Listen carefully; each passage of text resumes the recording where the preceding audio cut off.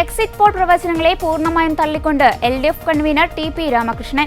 കഴിഞ്ഞ തെരഞ്ഞെടുപ്പുകളിലെ അനുഭവങ്ങൾ നിരത്തിയാണ് അദ്ദേഹം പ്രവചനങ്ങളിലെ പൊള്ളത്തരങ്ങൾ ചൂണ്ടിക്കാട്ടിയത്. കഴിഞ്ഞ തവണയും എക്സിറ്റ് പോളുകൾ ഉണ്ടായിരുന്നുവെന്നും അന്ന് വടകരയിൽ ശൈലജ ടീച്ചർ പരാജയപ്പെടുമെന്നാണ് പല സർവേകളും പ്രവചിച്ചിരുന്നതെന്നും അദ്ദേഹം ഓർമ്മിപ്പിച്ചു.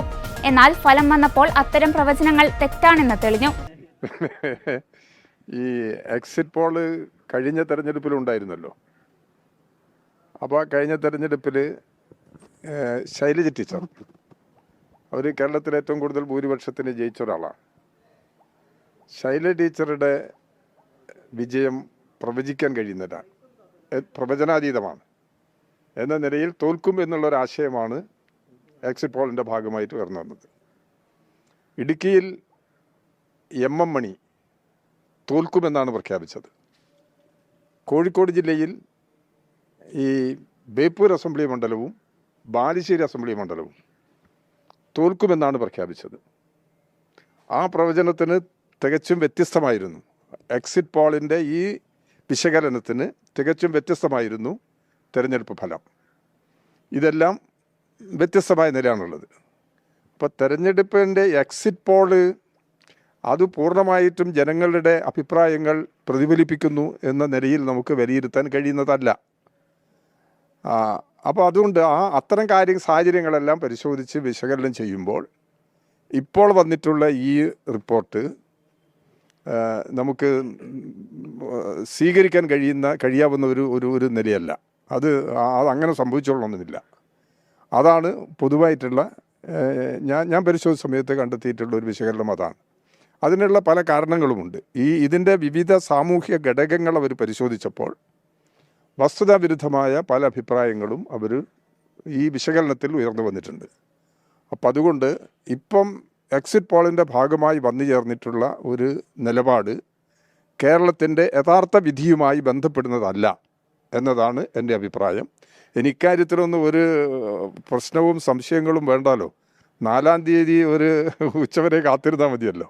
അപ്പം 4-ാം തീയതി വോട്ടെണ്ണുന്ന സമയത്ത് എന്താണ് യഥാർത്ഥ നില എന്നുള്ളത് കേരളത്തിനും ലോകത്തിനാകെയും മനസ്സിലാക്കാൻ സാധിക്കും. അപ്പം അതുകൊണ്ട് അക്കാര്യത്തിൽ ഭരണവിരുദ്ധ വികാരമില്ല. ഭരണവിരുദ്ധ വികാരം എന്നത് കേരളത്തിൽ കുറച്ച് കാലമായിട്ട് നിങ്ങളാണ് പ്രധാനമായിട്ടും പ്രചരിപ്പിക്കുന്നത്. നിങ്ങൾ മീൻസ് നിങ്ങൾ പേഴ്സണലല്ല, മാധ്യമങ്ങളാണ് ഭരണവിരുദ്ധ വികാരം പ്രചരിപ്പിക്കുന്നത്. പിന്നെ UDFും നേരത്തെ ഈ ലോക്കൽ ബോഡി ഇലക്ഷനിൽ ഭരണവിരുദ്ധ വികാരത്തെ സംബന്ധിച്ച് അവർ പറഞ്ഞെങ്കിലും അത് പ്രകടമായില്ല. പിന്നീട് നിയമസഭാ സമ്മേളനങ്ങൾ പിന്നീട് നടന്നിട്ടുണ്ട്. അപ്പോൾ ഇതിലൊന്നും ഭരണവിരുദ്ധ വികാരം എന്ന നിലയിൽ ഒരു തരത്തിലും അവർക്ക് സ്ഥാപിച്ചെടുക്കാൻ കഴിഞ്ഞിട്ടില്ല. ഭരണവിരുദ്ധ വികാരം എന്നുള്ളതില്ല. ഭരണവിരുദ്ധ വികാരമാണെങ്കിൽ മുഖ്യമന്ത്രിക്കാണല്ലോ ഏറ്റവും കൂടുതൽ അംഗീകാരം കിട്ടിയിരിക്കുന്നത്. ഈ എക്സിറ്റ് പോളിൽ ഏറ്റവും കൂടുതൽ അംഗീകാരം കിട്ടിയിരിക്കുന്നത് കേരളത്തിൻ്റെ ഇന്നത്തെ മുഖ്യമന്ത്രി പിണറായി വിജയനാണ്. ഇനി മുഖ്യമന്ത്രി ആകാൻ ആഗ്രഹിക്കുന്ന ആളുകളുടെ പേരൊക്കെ അതിനകത്തുണ്ട്. പക്ഷേ അവർക്കെല്ലാം ലഭിച്ച അംഗീകാരത്തേക്കാൾ കൂടുതൽ അംഗീകാരം ലഭിച്ചിട്ടുള്ളത് ഇതാണ്. അപ്പോൾ അതുകൊണ്ട് ഭരണവിരുദ്ധ വികാരം ഒരു തരത്തിലും പ്രകടമല്ല എന്നതാണ് യാഥാർത്ഥ്യം. അത് ആ യാഥാർത്ഥ്യം മനസ്സിലാക്കി പോകാൻ സാധിക്കണം. ഈ ഭരണവിരുദ്ധ വികാരം ഇല്ലാത്തത് കൊണ്ട് തന്നെ എത്ര സീറ്റിലേക്ക് വരാൻ കഴിയും? അല്ല, അത് ഞാനിപ്പോൾ പറയുന്നില്ല. ഞാൻ ജനങ്ങളുടെ വിധിയെ മാനിക്കുന്ന ഒരാളാണ്. ഇടതുപക്ഷ ജനാധിപത്യ മുന്നണിയും ഭരണ തുടർച്ച ലഭിക്കും എന്ന് തന്നെയാണ് ഞാൻ ഇപ്പോഴും പറയുന്നത്. അത് ഇത്ര സീറ്റ് അല്ലെങ്കിൽ ഇന്ന മണ്ഡലങ്ങൾ അത് അങ്ങനെ ഇപ്പോൾ ഒരു വിശകലനം നടത്തി പറയുന്നത് ശരിയല്ല. ഒരു ജനറലായിട്ടൊക്കെ വേണമെങ്കിൽ പറയാം. അപ്പം അതുകൊണ്ട് ഇപ്പോൾ LDFന് എത്ര സീറ്റ് കിട്ടും എന്നുള്ളത് ഞാനിപ്പോൾ പ്രവചിക്കാൻ തയ്യാറാകുന്നില്ല. നേരത്തെ തന്നെ ചില വിശകലനങ്ങൾ വന്നിട്ടുണ്ട്. അപ്പം അതുകൊണ്ട് ഇടതുപക്ഷ ജനാധിപത്യ മുന്നണിക്ക് നല്ല നിലയിൽ മുന്നേറാൻ കഴിയുമെന്ന് തന്നെയാണ് ഞാനിപ്പോഴും പ്രതീക്ഷിക്കുന്നത്. അല്ല, കണക്ക് അത് പാർട്ടിക്കകത്തുള്ളതല്ലേ. ആ പരിശോധന പാർട്ടിക്കകത്ത് മാത്രമാണ്, അത് പുറത്ത് പറയുന്ന പരിശോധനയല്ല. ആ പരിശോധനയൊക്കെ ഞങ്ങൾ മനസ്സിലുണ്ട്, നിങ്ങൾ കൂട്ടിക്കൂടി. അപ്പം അതുകൊണ്ട് പക്ഷെ അതങ്ങനെ നമുക്ക് പറയാൻ പറ്റുന്നതല്ല. അപ്പം അതുകൊണ്ട് ഇത്ര സീറ്റ് എന്ന് പറയുന്നത് ഒരിക്കലും CPMൻ്റെ സംസ്ഥാന സെക്രട്ടറി ഗോവിന്ദൻ മാഷ് പറഞ്ഞത് 90 സീറ്റിലധികം കിട്ടും. അത് അദ്ദേഹത്തിൻ്റെ ഒരു വിശകലനമാണ്. അത് അങ്ങനെ പറഞ്ഞു. പക്ഷേ ഇടതുപക്ഷ ജനാധിപത്യ മുന്നണി ഇത്ര സീറ്റ് കിട്ടും എന്നുള്ളൊരു വിശകലനത്തിലേക്ക് എത്തിയിട്ടില്ല. അങ്ങനെ പറഞ്ഞില്ല.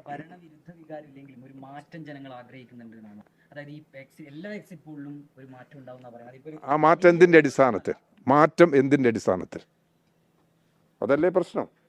ആ മാറ്റം നിലവിലുള്ള ഭരണം മോശമാണെങ്കിൽ ഈ ഭരണത്തെ ഒന്ന് മാറ്റണം. പിന്നെ ചിലർ അങ്ങനെ പറയുന്നു എന്ന് പറയുന്നുണ്ട്. ഏത് മാറ്റം വേണം, മാറ്റം വേണം എന്ന് പറയുന്നവർ എന്തിൻ്റെ അടിസ്ഥാനത്തിൽ മാറ്റം വേണം? അത് അവർ പറയട്ടെ, അത് വ്യക്തമാട്ടെ. അതിപ്പോൾ ഇലക്ഷൻ കഴിഞ്ഞാലും നമുക്കത് ചർച്ച ചെയ്യേണ്ടി വരും. ഇലക്ഷൻ കഴിഞ്ഞാലും അത് ചർച്ച ചെയ്യേണ്ടി വരും. ഇലക്ഷൻ കഴിഞ്ഞിട്ടും ചർച്ച നടത്തിയിട്ട് അത്തരം പ്രശ്നങ്ങളിൽ ഇപ്പോൾ ഇലക്ഷൻ്റെ മുമ്പ് ഇന്ന കാരണം കൊണ്ട് മാറ്റം വരണം എന്ന് ആരും ഉന്നയിക്കപ്പെട്ടിട്ടില്ല. അപ്പോൾ അതുകൊണ്ട് അത് നമുക്ക് ആ വിഷയം ഇനി ജയിച്ചാലും ഇടതുപക്ഷ ജനാധിപത്യ മുന്നണി ജയിച്ചാലും തോറ്റാലും ഒരു വിഭാഗത്തിൻ്റെ ഇടയിൽ വന്ന ഈ ചിന്ത എങ്ങനെ രൂപപ്പെടുന്നു എന്നുള്ളതിനെ സംബന്ധിച്ച് നമുക്ക് പരിശോധിക്കേണ്ടതായിട്ട് വരും. ആ പരിശോധന നടത്താം. അപ്പോൾ അഭിപ്രായങ്ങളെല്ലാം നമുക്ക് കേൾക്കാം. നിലപാടുകളിൽ അതിനനുസൃതമായിട്ടുള്ള സമീപനം സ്വീകരിക്കാം. അതെല്ലാം നമുക്ക് ചെയ്യാം. കോഴിക്കോട് ജില്ലയിൽ നിന്നുള്ളൊരു നേതാവ് കൂടിയാണല്ലോ. കോഴിക്കോട് ജില്ലയിലടക്കം വലിയ മാറ്റം ഉണ്ടാവുമെന്ന് പറയുന്നത് എക്സിറ്റ് പോൾ, അതെ ഞാൻ പറഞ്ഞത്. എക്സിറ്റ് പോളിൻ്റെ ഒരു നിലപാട് ഞാൻ കോഴിക്കോട് ജില്ലയെ സംബന്ധിച്ച് പറഞ്ഞല്ലോ.